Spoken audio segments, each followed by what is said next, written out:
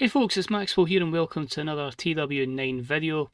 We have finished Full Gear and we are on the road to World's End. And yeah, Bryan Danielson no longer an active full-time member of the roster for a period of time anyway. Also, two wee updates. We have made two medium-sized errors. So, the first one, Athena winning the TBS Championship. That title is vacant because she was still in developmental. So we have brought her up from ROH, we've awarded her it, but she's now a two-time TBS champion. So well done, Athena, for the extra accolade. And we announced it. We pretty much confirmed the signing of Lyra Valkyrie, however you pronounce it. I had it as a written deal because WWE did not offer any contract at any point until 2 weeks to go in her contract. They decided to offer her a written exclusive. It wouldn't let me renegotiate. Obviously, she's probably going to take that, so I just had no option to offer her a new one, so I just basically released her for the contract. She won't speak to us. I might have a look and see if we can maybe use the editor to get her in, but if we don't get her, it's fine. It's my mistake. I'd rather make a mistake like that now and learn from it effectively. So there's that. It's quite a story-driven show tonight. I say that, we've got the Continental Classic Round 1 starting, and we will show you the brackets for the two six-man groups. And yeah, there's quite a few matches as well, but hopefully it gets us an idea of where we're going. I've a few things in my mind for basically what we've got. So if I just go to events and TV, it's not going to let me because we're already booked the show. So World's End, we've got probably about 6 matches that are kind of in my head already. Wrestle Dynasty, there's maybe 1 or 2. A lot of them, because it's only a week between the shows, will just be, we'll pick a guy for New Japan, we'll pick a guy for CMLL, and we'll just have like big matches for Wrestle Dynasty. And some ideas floating around already for Grand Slam Australia. Yeah, I get a good wee break to Revolution, so exciting things in the horizon. One of which is the Continental Classic. So in Group Red, I've called it, I can't even mind what the groups were. It was blue and white, I think, but I've went with red and blue. Pokemon Gen 1, you know. So we've went with Bobby Lashley, Orange Cassidy, Wheeler Yuta, Daniel Garcia, Adam Page, and Konosuke Takeshita. So you got the TNT champion in there. And in Group Blue we have Kazuchika Okada, the defending champion, Samoa Joe, Jay White, Roderick Strong, Katsuyori Shibata, Sammy Guevara. The likes of obviously Mox, Claudio, Ospreay, all in other storylines. So opted not to have them in the tournament. So, without further ado, let's crack on with the first Dynamite in the post Bryan Danielson era. So welcome to the Watsco Centre for some more AEW Dynamite. One other thing I forgot to mention, because it was very bizarre, but John Silver is dating Hikaru Shida in my save, so that's a thing. We start the show off with the new AEW World Champion, and that is Claudio Castagnoli. And we hear words from him, we hear words from Jon Moxley. Pac is walking about in the background, and they obviously mention Bryan Danielson, who won't be available until down the line. And of course, a man who had a massive impact in proceedings at Full Gear, Wheeler Yuta. Claudio says he trusted Yuta to do the right thing, even if Yuta doesn't believe it was the right thing. But we're now living in a post-Bryan era, we're now living in the BCC era, and this was just the start. There's plenty of things they need to do, there's plenty of people they need to take out and make sure the company is how they want to run it. So it was a 67. We then had a 2-minute angle with Nigel McGuinness, not promoting a matchup of his, but just basically saying, ladies and gentlemen, welcome to the Continental Classic. It's going to be Nigel that talks about it, just gives us a rundown of the wrestlers that are going to be participating. And it just says get ready for some absolute banger of matches. So that was a 48 segment for Nigel McGuinness. The opening contest in the Continental Classic from the Blue Group. We had a decent matchup that saw Samoa Joe defeat Sammy Guevara in 8:43 by submission. This one was a 61. Samoa Joe by 55 to Sammy's 64. So decent stuff there. Of course, both guys playing baby faces. No, Joe's got declining physical ability already. That's painful. Hopefully that doesn't hinder him too much. We then move backstage where we have an interview with the remarkable Renee Paquette. She's alongside the Elite, Jack Perry, and the Young Bucks. And they basically say it's a bit unfortunate they couldn't recapture the tag team championships, but they feel like with Kazuchika Okada firmly defending his Continental Classic, they can't get involved in that. That together as a trio, they're going to look to take the Trios Championships away from Vikingo and the Lucha Bros. So, a 60 for that segment. Despite wanting to be not scripted, Nicholas Jackson struggled, so did Jack Perry, but Matthew Jackson coolly enjoyed it, and so did Renee. So, decent stuff there. Next up in the women's division, it was a decent matchup that saw Mina Shirakawa and Toni Storm defeat Serena Deeb and Emi Sakura in 8:55. When Toni defeated Emi Sakura, I should say, with a strong zero. Had to make it storytelling match of the night just with the matches we had on, but obviously there's still plans to go further with Storm, Shirakawa and Mariah Bay, and I felt like at least Shirakawa and Toni are still on the same page. So good win for them, and the storyline advances with a 58 rated segment. We then move along to a match in the blue group, and it was about that had some good wrestling and a decent reaction from the crowd as Kazuchika Okada starts his tournament off with a win as he defeats Shibata in 11-10 with the Rainmaker. 69 for the wrestling, 48 for the crowd, 71 for the segment as a whole, and they had great chemistry, and that showed in their performance. So Okada starts off with 3 points, 1 point for a draw. We then have a little promo here, which is a wee bit underwhelming. It was from Darby Allin, and he is basically saying he came out of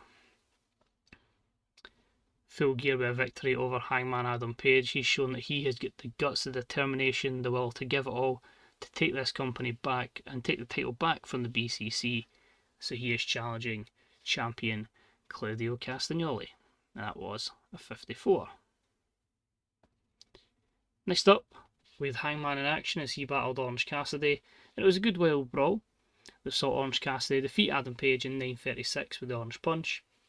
This was in the red group, a 68 for the wrestling and a 72 for the segment. Hangman with some of the best performances we were getting, truthfully. But yeah, Orange Cassidy prevails over Hangman. We then cut to a little segment backstage where Darby Allin is talking to, of all people, Mick Foley. Mick Foley just says, just great passion shown, and that promo definitely deserves it for the effort he put in that wild matchup against Hangman Adam Page. However, as they're talking, Hangman just catches the end of it, hears his name mentioned, looks very, very angry, and walks away in an angry mood. So he's lost that matchup. He's heard Foley and Allin talking about him. What next for Hangman Adam Page? 56. We then had a good wrestling match with a decent reaction from the crowd, and the completely losing his mind Wheeler Yuta defeated Konosuke Takeshita, I know I'm sorry, in 13-20 by pinfall in the red group. These two, pretty decent stuff there. Takeshita with a 75 was good putting Yuta over, and it was a 69 rated matchup overall. And then after this one, we see Yuta walking to the back. He's absolutely just completely beside himself. He's picked up the win. He had to get very aggressive there against Takeshita, and he just walks by the TNT champion Daniel Garcia, who just basically is shaking his head, and then walks by Lee Moriarty, who's just doing the exact same. But Yuta just looks completely just all over the place here. And it's a 51 segment. Next up, we just had a little segment here with the former TBS champion Mercedes Moné absolutely freaking out alongside Camille. And she said it's a travesty. She wants her TBS championship back as quickly as possible and demands a rematch as soon as Tony Khan can. So that is a 49 for that segment for Mercedes Moné. We then see the debut of, or the in-ring debut of Bobby Lashley, it should be said. He works the crowd, a big pop for his entrance in a 59 rated segment. He is in action against the TNT champion Daniel Garcia in the Continental Classic. And their matchup had good heat and decent wrestling. Bobby Lashley picks up the win in 9:06 with a spear in the red group. He wasn't losing his debut. I think the champ can take a loss here. But 64 for the wrestling, 55 for the crowd, but the segment as a whole got a 70, so pretty good stuff for the co-main event, sorry, it should be said. We're capped due to it being less than 10 minutes, so maybe it could have been higher. Sadly declining physical ability for Bobby Lashley. Which means our main event is Will Ospreay versus the Complaints Department. So first off, we have some words from MVP. He says he's accompanying Shelton Benjamin to ringside because he couldn't be there for Lashley because of the situation and the rules with the Continental Classic. But he's here with his complaints department. He's going to show Will Ospreay, that the Hurt Syndicate is certainly in a good place. So 49's to the segment, which is not great. Shelton debuts a gold standard gimmick, which is very good. Stick to that. And of course, the Ricochet storyline advances. And the main event actually really did deliver. I was a bit unsure how it would work with Shelton, but absolutely fantastic. And about had some good wrestling and a decent reaction from the crowd. Will Ospreay defeats Shelton Benjamin in 12:50 with a hidden blade. And we made this our Steal the Show matchup. 69 for the wrestling, 49 for the crowd, 73 segment overall. Ospreay with 81, Shelton with 57.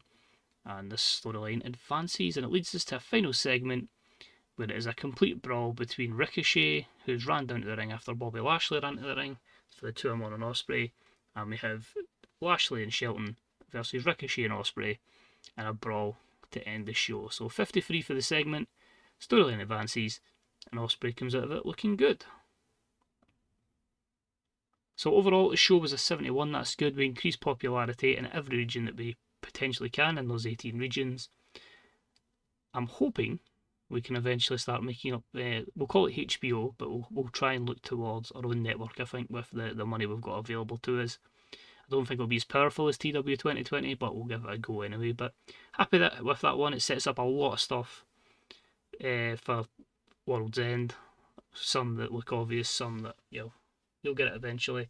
And of course, we obviously start with that first round of the Continental Classic. So I'm going to go book Rampage, we'll book Collision, and we'll see some more Continental Classic stuff in a sec. It's time for your Rampage roundup before we head into the Collision.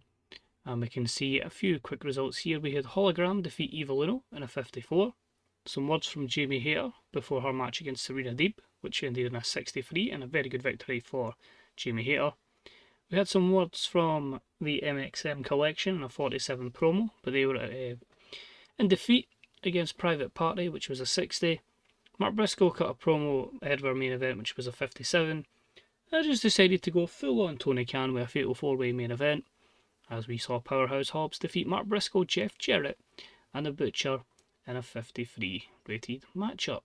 Good thing about that attendance, over 3k in attendance for Rampage and Dynamite. So promising stuff there, happy with that. Sadly, I had a look about the editor, no real way we can get Lyra Valkyrie in, so we'll just have to accept that was my mistake, and we'll maybe poach her in maybe 2 or 3 years time, pending how long our contract is. But until then, sit back, relax. It's time to assemble colliders for AEW Collision. So 3,227 in the Cyber Hall for Collision. I think it's one of our better TV taping attendances. And we start off with a 3-minute angle, which is basically just an entrance, an over-the-top entrance for the Elite, for Jack Perry, Matthew and Nicholas Jackson. This gets a 63, 3 of them work in the crowd, and Jack struggled a little bit when going off script. Their matchup was against Action Andretti and Top Flight, and it was about they had some good wrestling and a decent reaction from the crowd as the Elite defeat Action Andretti and Top Flight in 8:54 when Jack Perry pinned Action Andretti with the Canadian Destroyer. Danny just with 49 is worrying Action Andretti with 51, but some great performances in there by the Bucks, both 180, and it gives us a segment rating of a 70 as they look to gain momentum ahead of a potential trios match down the line for the championships. We have a little backstage brawl between Johnny TV and Lee Moriarty. Honestly, I'll be very, very truthful here. Johnny TV's made a promise to put Lee Moriarty over. I need to use it by the start of January. So there's your angle. Those two will collide on Collision next week. 39. Next up, we had an extremely short match. Hook defeats Arya Daivari in 4:28 with a red rum. A simple victory, had a wee bit extra time in the show, so we gave Hook the submission victory in a 48 rated match. Next up, we had a decent match in the tag team division. The Grizzled Young Veterans, James Drake and Zach Gibson, defeat the Outrunners in 6:38 when James Drake pinned Turbo Floyd with a ticket to Mayhem. I made this storytelling because obviously the Outrunners are not the most over tag team in this, but obviously the Grizzled Young Veterans come off a great victory over FTR and now a good victory over the Outrunners. That delivers a 59, and then leads to, sadly, just a 46 rated promo here, as basically James Drake and Zach Gibson mention that win over FTR, Wheeler and Harwood, and they say they are setting their sights on the Tag Team Championships. They want a matchup with Brody King and Malachi Black. This is their chance to put the two of them on notice. 46 though, not the best.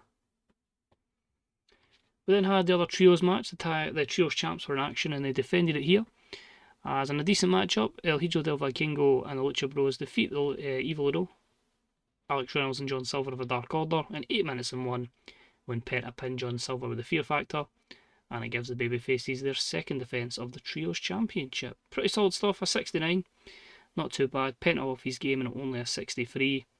You can see there, Dark Order not terrible, but obviously good foil here for the champs to retain. And Rey Fenix has debuted a new spot that showcased his athletic ability. His psychology will be helped by able to use it in the future. Thanks, Dean. We had a little promo here from MVP, and in the background the intimidating Hurt Syndicate of Bobby Lashley, Powerhouse Hobbs and Shelton Benjamin, and they have some words on Ricochet and Will Ospreay. This MVP just says, guys, look at this roster I've assembled. This is 3 mean guys that hurt people, and there's just 2 of you. And look at these, are tiny. You got no chance against us. Just give up while you're ahead. So 54 segment as we continue the feud between the Hurt Syndicate, Ricochet and Will Ospreay. Another cracked ribs, 2 cracked ribs in 2 shows, but because Mark Briscoe got it as well. TBS first title defence for Athena was against Willow Nightingale, and about had good wrestling and a decent reaction from the crowd. Athena defeats Willow in 9:37 with the O-Face. It's a 70 for the wrestling, a 66 for the segment. Obviously, she'll lose a few points for the injury, but she'll gain points for pretty good chemistry. Yeah, nothing in terms of the storyline. So yeah, pretty happy with that one.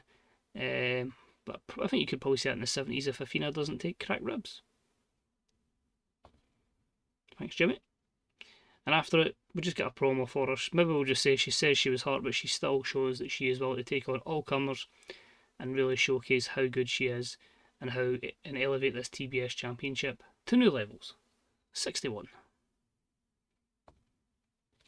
Oh, this one done well. This one done really well. Next up, a brawl that had good wrestling and a decent reaction from the crowd. One of our first repeat matchups in the save. Wheeler Yuta makes it 1-1 with Adam Page after Hangman won the first match, but he wins in 11-12 by pinfall. This was in the Continental Classic Red Group. 66 for the wrestling, 52 for the crowd, and a 73 overall between Yuta and Hangman. Obviously, good chemistry boosts it, and Hangman with an 81 to Yuta's 51, but I'm pretty happy with that one, it must be said. And after the matchup, only a 52, but a bit of character development for Hangman. It's just him going mental. He's just feeling everyone's costing him. He's obviously issued with Darby Allin, Mick Foley, and now Wheeler Yuta seems to have cost him, which looks to be a chance to be the Continental Champion. So obviously struggled off script, which is a shame, but a 52. We then moved on to a match in the red group again, and it was about that had some good wrestling and a decent reaction from the crowd, as Konosuke Takeshita defeats Daniel Garcia in 14-24 with a javelin kick. So these two had great chemistry and it showed in their performances, bringing them up to a 66 and a 75.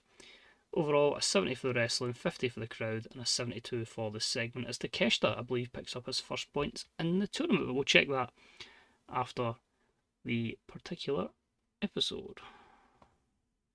And then it is the return. We said he was going to be in the Continental Classic, but here he is back. It is Switchblade Jay White. No run-in debuts here, or re-debuts here, or returns even. It's just a case of straight in the tournament. Let's go with Jay. 59. Not too bad. We can work on that. Main event, Jay White versus Roddy Strong. And it's about to have some good wrestling and a decent reaction from the crowd. Jay White defeats Roddy Strong in 13:37 with a Blade Runner. Still a show matchup from the blue group. 67 wrestling, 49 crowd, 67 for the segment, 67 and 68 for the in-ring performances. Yeah, it was pretty much okay. You lose some points because obviously it's a face heel. It's 2 heels against each other, which is fine. You're going to get that in the Classic. But overall, We increased our popularity of free regions. Just a 66 and not fantastic, but I felt like it was a good chance to utilise other people that are in a Continental Classic, and we're going to have to start realising that we can use people that aren't Bryan Danielson. But easily, we could have 3 matches there that would have probably give us a much higher score in the form of Takeshita Garcia, Yuta Adam Page, and obviously the Trios match at the start. But I feel like Jay White's return, it's best you run with that. But overall, good stuff. Some stuff booked for next week. More matches at the end of the tournament we go. Just Athena, 7 days, exact same as Mark Briscoe. Financial report, just under 500k profit. Popularity, mostly in Oceania, so that's fine. No media scrum. We'll jump to the main screen, and I think we might have an opportunity to look up a few things because Sunday is December.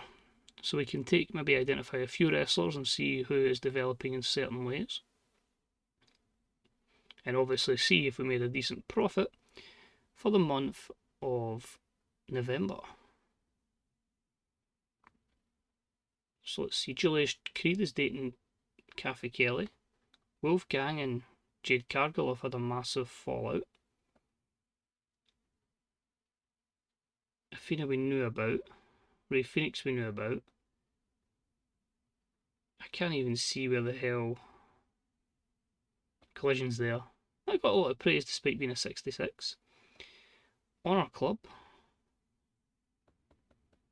That's cool. Who's your women's champion? Have you got one yet? Let me actually check that. Chip Danning signs a new contract with the WWE. Io Shirai is here. She's in the building. So we'll plan that debut soon. Anna Jay. So you're written exclusive, but truthfully, I'd rather just give you a 5-year written deal. When Ann clause contract, just to make sure. Aye, that's fine. 1,000 a show. Aye, that's cool. And if WWE try and pinch her, then cry. So that's just try and work elsewhere. Gave her a 1-night deal with ROH. Daniel Garcia's got a lot of charisma. Overall, really good. Right. Finance. Double their profits then, so where do we make the most money? Ticket sales, broadcast revenue, and our workers was down a little. Production was down a little as well, but that might be because you had maybe less shows. Possibly. I think that might be that. So, roster. Hangman, you've been doing a lot of things. His popularity has dropped. Oh, I wonder if that Yuta loss has severely hampered him because he went from 59 to 54. In terms of his skills, he's got 1 in aerial. He's gained a good bit in consistency, a good bit in basics and safety. His stamina has went up. But yeah, that Yuta defeat has not been kind to him. Yuta is the same level of pop, but he's probably one of our best success stories. 10 in popularity gained, which is good to see for Wheeler Yuta. I'm mostly focusing on the US at the moment, since we're based there. 1 in hardcore, 1 in psychology, 1 in charisma, 1 in microphone. 10 in star quality, by the way.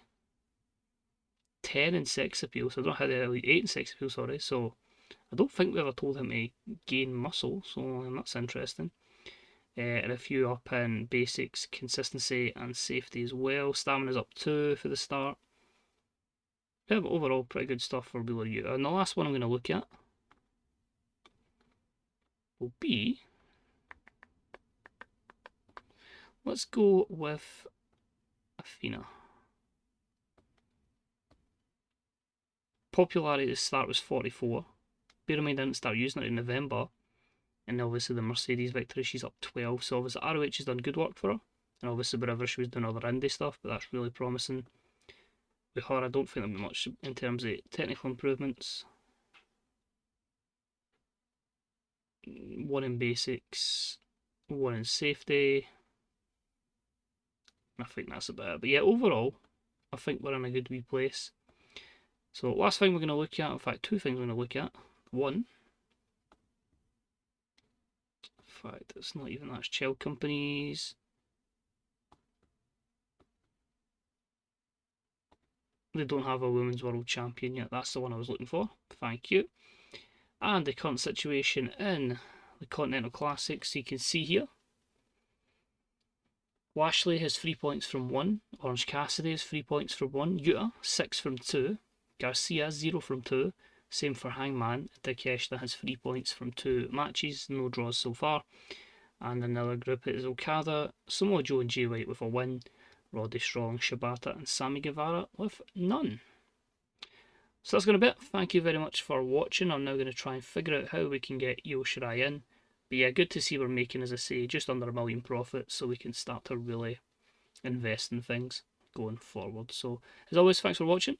Much appreciated. Wee thumbs up and let us know how your own saves are getting on. And as always, check out the Fancy Booker subreddit, Grey Dog Software forums, bethebooker.net and twtv.com. Take it easy, and I'll see you soon. Bye bye.